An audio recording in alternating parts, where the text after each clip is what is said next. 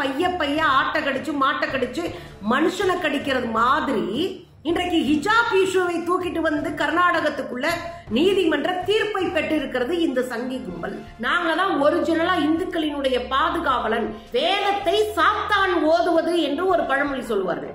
அதை போல சட்டத்தை ஒருபோதும் மதிக்காத இந்த ஜென்மங்கள் நமக்கு சட்டத்தை குறித்த பாடத்தை நடத்தி கொண்டிருப்பதா இங்க நமக்கு சிரிப்பு வருகிற இடம். இது ஒண்ணு இந்து நாடு இல்லையே, இது இந்தியா. ஜனநாயக பூர்வமாக அனைத்து மக்களும் ஒன்று கூடி வாழுகிற நாடு இல்லையா? வெக்கமே இல்லாம மேடையில போய் எப்படி நாங்க ராமர் கோயில கட்டி கிழிச்சிட்டோம்னு சொல்றது? காவி உடையில பார்லிமெண்ட் போலாம ஒரு எம்பி?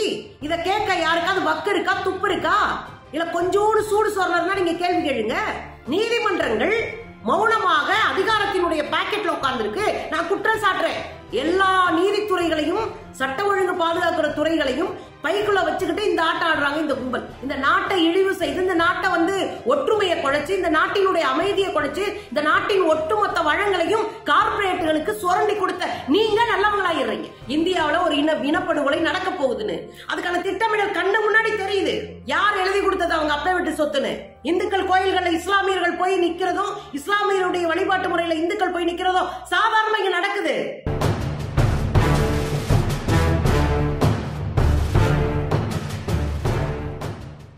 வணக்கம் தோழர்களே. இந்தியாவில எவ்வளவு பிரச்சனைகள் இருந்தாலும் சிறுபான்மை சமூகத்துக்கு எதிரான பொய்யையும் புரட்டையும் பரப்பி அதன் மூலமாக இந்துக்கள் அனைவரையும் ஒருங்கிணைக்கிற வேலையை RSS, பிஜேபி, சங்க பரிவார் கும்பல் கடந்த 100 ஆண்டு காலமாக செய்து வருகிறது. அதனுடைய வெளிப்பாடுதான் பைய பைய ஆட்டை கடிச்சு மாட்டை கடிச்சு மனுஷனை கடிக்கிறது மாதிரி இன்றைக்கு ஹிஜாப் இஷ்யூவை தூக்கிட்டு வந்து கர்நாடகத்துக்குள்ள நீதிமன்ற தீர்ப்பை பெற்றிருக்கிறது இந்த சங்கி கும்பல். இந்த ஹிஜாப் விஷயத்தை தூக்கிக்கிட்டு தான் வட மாநிலங்கள்ல கடந்த 5 மாநில தேர்தல் இருக்கு இல்லையா, அதுல வாட்ஸ்அப் குரூப்பை உருவாக்கி இஸ்லாமியர்களால் பெரிய அளவுல இந்துக்கள் பாதிக்கப்பட்டிருக்கிறார்கள். இஸ்லாமியர்கள் பயங்கரவாதிகள், இஸ்லாமியர்களை ஒழிக்க வேண்டும்ன்றதுதான் நாங்க ஹிஜாப் எல்லாம் ஒழிக்கிறதுக்கான வேலைகளை பார்க்கிறோம். இஸ்லாமியர்களுடைய பண்பாட்டை ஒழிக்க வேண்டும் என்பதற்கான வேலைகளை நாங்க கையில் எடுத்திருக்கிறோம். நாங்க தான் ஒரிஜினலா இந்துக்களினுடைய பாதுகாவலன், எனவே நீங்கள் எங்களுக்கு ஓட்டு போடுங்க என்கிற பரப்புரை பிரச்சாரத்தை சமூக வலைத்தளங்களிலும் பல்வேறு மேடைகளிலும் பேசிய கும்பல் தான் இந்த கும்பல். இன்னைக்கு கர்நாடகத்துல ஹிஜாப் இஷ்யூவுக்கு தீர்ப்பு வந்திருக்கு. நாம பல இடங்கள்ல போராடணும். கடுமையான போராட்டங்களை தமிழ்நாட்டுல நம்ம நடத்தணும். இந்தியா முழுதும் இதற்கான போராட்டங்கள் நடந்தது, உங்களுக்கு நல்லாவே தெரியும். அதோட கடுமையாக நம்ம சட்ட போராட்டத்தையும் நடத்தினோம். அந்த சட்ட போராட்டத்தினுடைய விளைவுதான் ஹிஜாப் அணியக்கூடாது, நீங்க சொல்லக்கூடாது, இது ஒரு மத நம்பிக்கை அப்படின்னு கேஸ் போடப்பட்டது. உடனே இன்னைக்கு தீர்ப்பு வந்திருக்கு. 3 நீதிபதிகள் கொண்ட குழு தான் இந்த தீர்ப்பை வழங்கி இருக்கிறது. அந்த 3 நீதிபதிகள் கொண்ட குழுல ஒருத்தர் கூட இஸ்லாமியர் இல்லை என்பது அண்டர்லைன் பண்ணி பார்க்கப்பட வேண்டியது. அந்த நீதிபதிகள் யாருடானா கிருஷ்ணா தீக்ஷித், காஷி, ரித்துராஜ் அவஸ்தி, இவங்க எல்லாருமே ஹிந்துஸ். இந்த நீதிபதிகளினுடைய இந்த குழு தான் இன்றைக்கு தீர்ப்பை சொல்லி இருக்கிறது. பள்ளிக்கூடங்களுக்கும் கல்லூரிகளுக்கும் ஹிஜாப் அணிந்து வருவதற்கு தடையை விதித்திருக்கிறது. கல்வித்துறை சொல்லி இருக்கிற இந்த தீர்மானம் ஏற்றுக்கொள்ளப்படுகிறது என்று தீர்ப்பு சொல்லி இருக்கிறது. அதோட மட்டும் விடலைங்க, உடனே மாநில அரசு உடனே கடகடகடன் வேலை பார்க்குது. வருகிற 21ஆம் தேதி வரை 144 தடை உத்தரவை போட்டு இருக்கிறது. உள்ள எங்கேயுமே போக முடியாது, மக்கள் எந்த இடத்துலயும் வெளியே போக முடியாது, ஒரு காய்கறி கடை கூட போக முடியாது, 4 பேர் கூட்டமா நிக்க முடியாது. 144 தடை உத்தரவை போட்டிருக்கு. அதுலயும் பசவப்பா பொம்மை முதலமைச்சர் சொல்லுகிறார், யாரும் சட்டத்தை கையில் எடுக்க கூடாது, நீங்கள் எல்லோரும் சட்டத்திற்கு கீழ்ப்படிந்து நடக்க வேண்டும், மாணவிகள் எல்லோரும் கல்லூரிக்கு போய் படிங்க என்றெல்லாம் சொல்றார். நமக்கு என்னன்னா, சட்டத்தை குறித்து யார் பேசுவது? வேதத்தை சாத்தான் ஓதுவது என்று ஒரு பழமொழி சொல்வார்கள். அதை போல சட்டத்தை ஒருபோதும் மதிக்காத இந்த ஜென்மங்கள் நமக்கு சட்டத்தை குறித்த பாடத்தை நடத்தி கொண்டிருப்பதா இங்க நமக்கு சிரிப்பு வருகிற இடம். அதுலயும் இந்த நீதிமன்றம் 3 கேள்வி கேக்குது. ஹிஜாப் அணிவது இஸ்லாம் விதிகளில் கட்டாயமாக்கப்பட்டு இருக்கிறதா? 1. இது தனி மனித சுதந்திரமா? 2. பிப்ரவரி 5ஆம் தேதி வெளியிடப்பட்ட கல்வித்துறையினுடைய இந்த ஆணை மனப்பூர்வமாக வெளியிடப்பட்டதா? பாப்பா என்ன கேள்வி? அதுக்கு அவங்களே பதில் சொல்லிட்டாங்க. சீருடை அணிவது ரொம்ப முக்கியங்க. 19 அதாவது இந்திய அரசியல் சாசன சட்டம் 19(1) ஏல சொல்லிருக்கு. அந்த சீருடை அணிவதில் நீங்க மதம் அதெல்லாம் கொண்டு வந்து நிறுத்த முடியாது. அது மத சுதந்திரத்துக்குள்ள வராது. அது மத சுதந்திரத்தையாக இருந்தாலும் கட்டுப்படுத்துகிற இடத்தில் வரும். ரைட்டு. மத சுதந்திரமா இருந்தாலும் கட்டுப்படுத்துற இடத்துல சீருடை வந்துருது. ஆனா மதச்சார்பற்ற நாட்டினுடைய பிரைம் மினிஸ்டர், மதச்சார்பற்ற நாட்டினுடைய மகத்தான தலைவர் மோடிஜி போய் கோயில்ல உடுகாட்டலாமா? ஒரு மொத்த இனத்தினுடைய தலைவரா இருக்கக்கூடியவரு ஒரு சமூகத்திற்கு ஒரு சமயத்திற்குமான தலைவரை காட்ட முடியுமா? காட்டலாமா? இது ஒண்ணு இந்து நாடு இல்லையே, இது இந்தியா. ஜனநாயக பூர்வமாக அனைத்து மக்களும் ஒன்று கூடி வாழுகிற நாடு இல்லையா? இங்க எப்படி PM மோடி போய் உடுக்கடிக்க முடியும்? காவி ஆடையில எப்படி கோயில் கோயிலா அலையுது? வெக்கமே இல்லாம மேடையில போய் எப்படி நாங்க ராமர் கோயில கட்டி கிழிச்சிட்டோம்னு சொல்றது? அது பரவாயில்லங்க. இங்க முதலமைச்சர் யோகி ஆதித்யநாத் புறங்காட்டி சாமி அவரு சட்டப்பேரவைக்கு காவி உடையில போறாரு. இது நாடா என்ன? இது சட்டத்தை மீறிய செயல் இல்லையா? பிரக்ஞா தாக்கூர் MP ஏராளமான இடத்துல குண்டு வச்சு இஸ்லாமியர்கள் பழிய போட்டு காவி பயங்கரவாதி. முதல்ல அவங்க MP-யா இருக்கவே தகுதியற்றவர்கள். அவங்க காவி உடையில பார்லிமெண்ட் போறாங்க. இது எப்படி நியாயம்? காவி உடையில பார்லிமெண்ட் போலாமா ஒரு MP? இத கேட்க யாருக்காவது வக்கு இருக்கா, துப்பு இருக்கா? இல்ல கொஞ்சோடு சூடு சொல்றதுனா நீங்க கேள்வி கேளுங்க. குழந்தைங்க தங்களுக்கான மதம் சார்ந்த ஆடையை உடுத்தி வர்றாங்க. அதுல உங்களுக்கு என்ன பிரச்சனை? இந்திய அரசியல் சாசன சட்டம் 125 உடை சார்ந்த விஷயம் பேசுது. உடை சார்ந்த உரிமை குறித்து பேசுது. எந்த ஆடையை அணிய வேண்டும் என்று ஒவ்வொரு பெண்ணும் ஒவ்வொரு ஆளும் தீர்மானிக்கலாம். மேல ஒரு யூனிஃபார்ம் போட்டு மேல ஒரு சின்ன கர்ச்சீஃப் கட்டிட்டு வரதுல உங்களுக்கு என்ன பிரச்சனை? அப்ப அரசியல் செய்ய வேண்டும் என்பதா இங்க உங்களுடைய நோக்கம். அரசியல் செய்யணும், இத வச்சு ஓட்டு பொறுக்கணும், இத வச்சு இஸ்லாமியர்களுடைய பண்பாட்டை உடைச்சு கட்டணும். ஹிஜாப் அணியுவதா வேண்டாமா என்பதை இந்த குழந்தை தீர்மானிக்கட்டும். நீங்க யார மூக்கடைக்கிறதுக்கு? உங்களுக்கு யார் அந்த தைரியம் கொடுத்தது? ஆக சட்டத்தை காயடித்திருக்கிறார்கள். நீதிமன்றங்கள் விலை போய் இருக்கிறது. நீதிமன்றங்கள் மௌனமாக அதிகாரத்தினுடைய பாக்கெட்ல உட்கார்ந்துருக்கு. நான் குற்றம் சாட்டுறேன். அரசாணை வெளியிட்டது உளப்பூர்வமா வெளியிட்டாங்களா? இதெல்லாம் ஒரு தீர்ப்பா நான் கேட்கிறேன். உளப்பூர்வமா வெளியிட்டாங்களா? உளப்பூர்வம் இல்லாம வெளியிட்டா உங்களுக்கு என்ன? அது மக்களுக்கு நீதி சொல்லுகிறாரு பார்த்திருக்கணும். எல்லா மக்களும் சமத்துவமாக நடத்துகிறதா பார்த்திருக்கணும். இது இங்க புதுசு கிடையாதுங்க.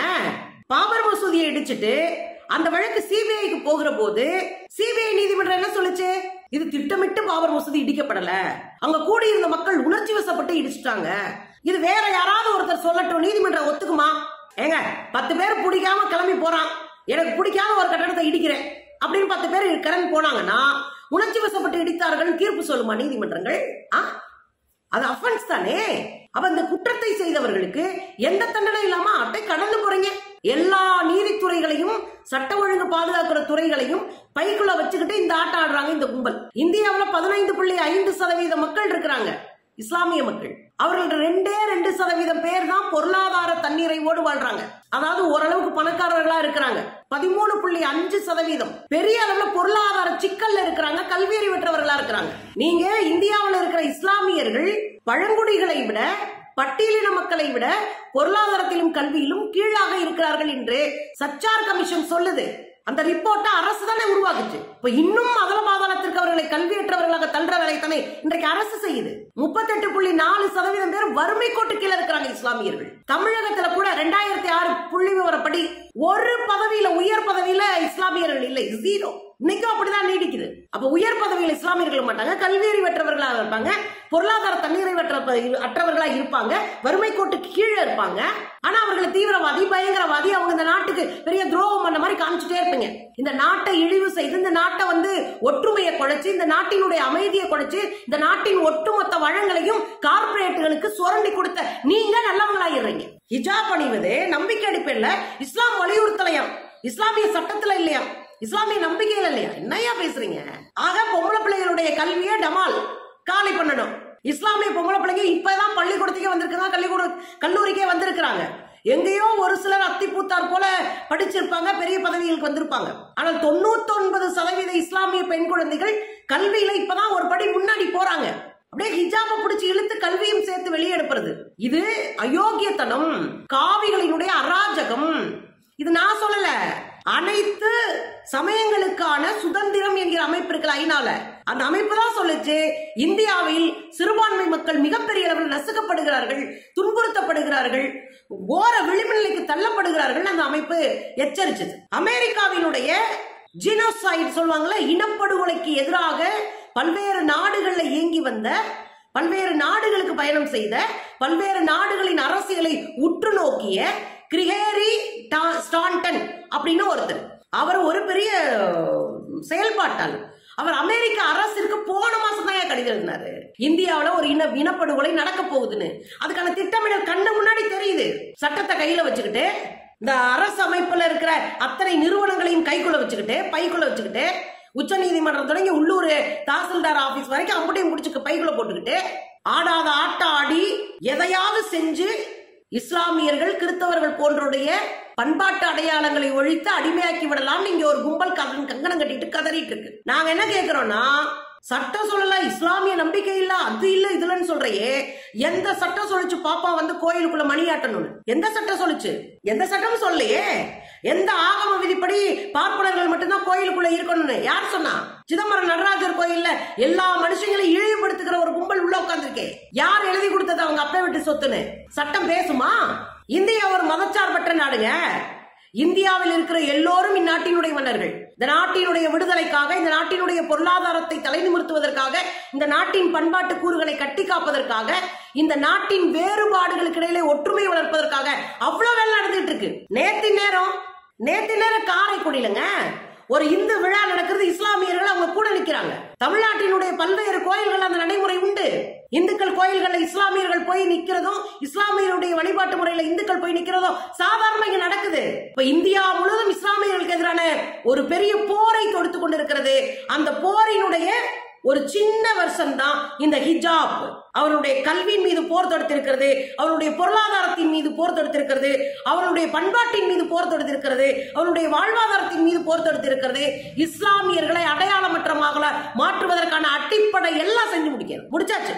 முற்போக்கு இயக்கங்கள் வேடிக்கை பார்த்துட்டு ரொம்ப சாஃப்டா ஓரமா நின்று செல்லமா தட்டுனீங்க அப்படின்னா நாளைக்கு வரலாறு காரி உமிழும். என்ன பண்ணலாம்? ஒட்டுமொத்த இந்தியர்களையும் RSS பிஜேபி சங்க பரிவாருக்கு எதிரான கருத்தியலாக ஒன்று திரட்ட வேண்டிய கடமை நமக்கு இருக்கிறது. வீதிகள்ல இறங்கி மக்களை சந்திக்க வேண்டிய அவசியம் இருக்கிறது. பள்ளிக்கூடங்களிலும் கல்லூரிகளும் எங்கெல்லாம் அத்துமீறப்படுதோ உடனே அதை கவனத்துக்கு கொண்டு வர வேண்டியிருக்கு. இப்போ திருப்பூர்ல பள்ளிக்கூடங்களை ஹிஜாப் பண்ணியக்கூடாதுன்னு சொன்னாங்களாம். இப்ப அது பிரச்சனை ஓடிக்கிட்டு இருக்கு. அதே மாதிரி திருவண்ணாமலையில ஹிஜாப் பண்ணியக்கூடாதுன்னு அந்த ஆசிரியர் மேல நடவடிக்கை எடுத்தாச்சு. எங்கெல்லாம் இது மாதிரியான மத மோதல்களை உள்ள திணிச்சு மத நம்பிக்கையின் மீது கை வைத்து அதன் மூலமாக அந்த குழந்தைகளை கல்வியற்றவர்களா மாற்றுவதற்கும், சமூகத்தில் ஒரு அசாதாரண நிலையை ஏற்படுத்துவதற்கும், அல்லது இங்கே ஒரு சட்ட ஒழுங்கு பிரச்சனை ஏற்படுத்துவதற்கும் யாராவது முயன்றார்கள்னா உடனே அது பொது வழியில கவனப்படுத்துங்க, பொது வழிக்கு கொண்டு வாங்க.